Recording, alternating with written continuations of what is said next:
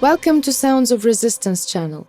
Russian President Vladimir Putin tried to make the Russian army breathe a sigh of relief by making regional annexations on the territory of Ukraine, but Putin's move did not relieve the Russians on the Ukrainian front.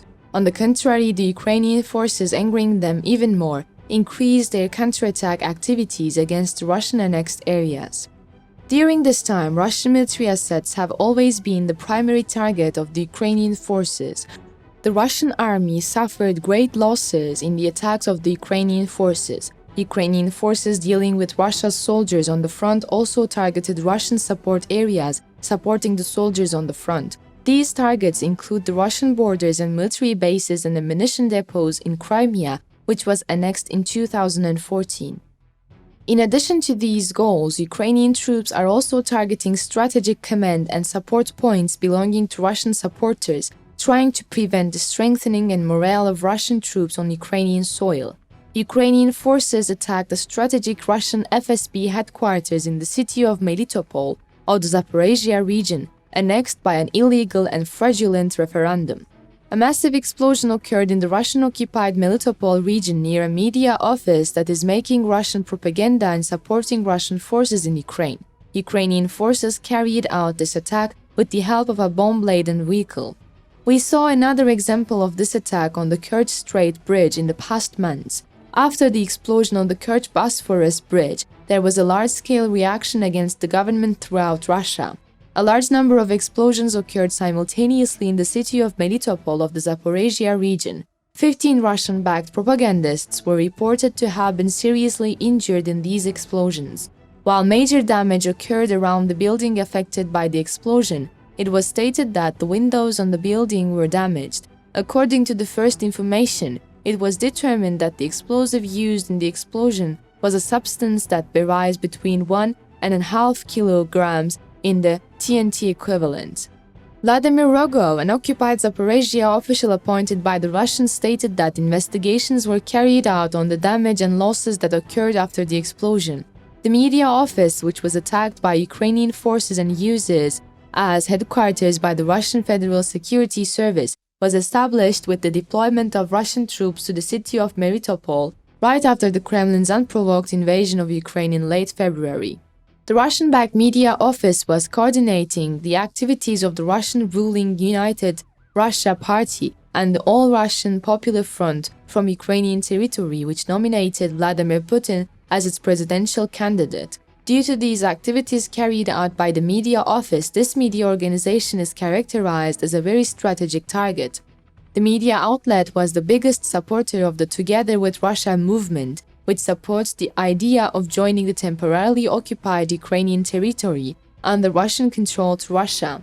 Within the scope of this movement, the media organization worked to prepare fraudulent and illegal referendums regarding the permanent becoming a part of Russia and to make the Kremlin administration cute to Ukrainian citizens living in Russian-controlled areas.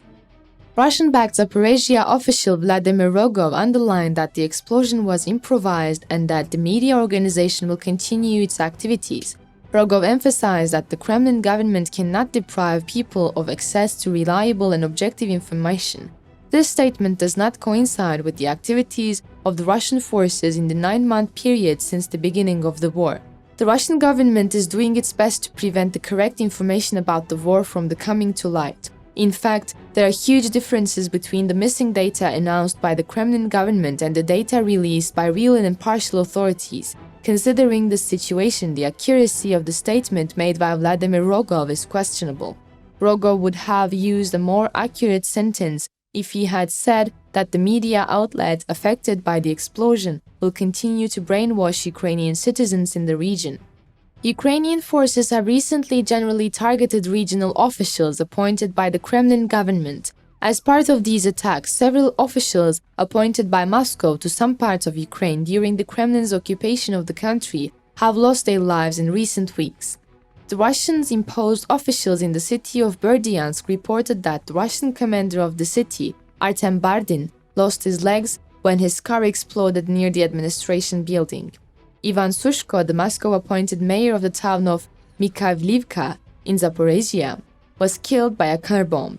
Russian-appointed officials in Ukraine's Kherson region, which is under control of Russian military forces since March, said that former Ukrainian lawmaker Alexei Kovalyov, who had joined the Russian-imposed government, was found dead. In the attack on Kovalyov, Kovalyov's partner was stabbed and later died in the hospital. It is among the reports that most of the Russian soldiers fled from Melitopol in the temporarily occupied Zaporizhia Oblast in the direction of Crimea. Russian forces lost control of the checkpoint in Kongar. Losing control of the region, Russian soldiers fled to Crimea to save their lives. With the successful counterattack of the Ukrainian forces, the Russian forces are shock after shock and are unable to muster their concentration to attack or defend. The explosion at the headquarters used by the FSB in Melitopol followed Russia's accusatory allegations that Ukrainian forces would use dirty bombs. Russian Defense Minister Sergei Shoigu, a close friend of Russian President Vladimir Putin, recently had a long telephone conversation with the defense ministers of NATO's developed countries. The main topic of this phone traffic was accusations that Ukraine would use a dirty bomb. The defense ministers of the USA, Britain, and France warned the Russian counterparts that Russia should not make an excuse with this accusation and should end the persecution in Ukraine. The Kremlin government is trying to bring the war to the point it was to bring by escalating the war with various excuses. He wants to take the war to the next stages and start a nuclear war as soon as possible. The war between Ukraine and Russia came at a key point. A high-ranking official of the Kiev government pointed out that the most severe conflicts will take place in the Kherson region. The Ukrainian official claimed that Russian troops would face huge losses. Vladimir Putin's soldiers are preparing to defend Kherson, the only capital they captured at the beginning of the war, with all their might. Russia faced great danger in Kherson recently after Ukrainian troops approached the banks of the Dnipro River. Oleksiy Arestovich, advisor to Ukrainian President Volodymyr Zelensky, emphasized that the claims that Russia has withdrawn do not reflect the truth and that Kherson may witness a major conflict. Arestovich, in his online speech a short time ago, stated that everything is open in the Kherson region. Drawing attention to the Russian forces in the region, Arestovich stated that the Russian forces were renewed, strengthened, and did not intend to retreat. According to Arestovich's statements, the most crucial part of the war will take place in Kherson. Arestovich based his comments on the British Ministry of Defence's claim that Russian forces were reinforcing crossing points in the Dnipro River. Russian forces continue to strengthen their crossing points in the Dnipro River and have completed a barge bridge alongside the damaged Antonovsky Bridge at Kherson, the UK Ministry of Defense reported in an intelligence update. While the use of heavy barge bridges was almost certainly included in Soviet-era planning for operations in Europe, it was the first time the Russian military had needed to use such a bridge in decades.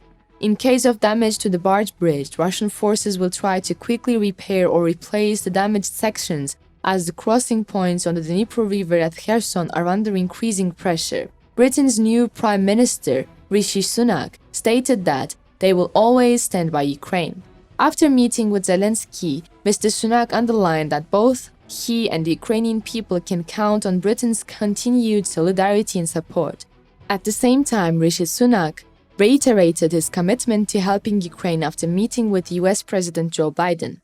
To be notified of new videos, please do not forget to subscribe to our channel and turn on notifications. Thank you for watching us.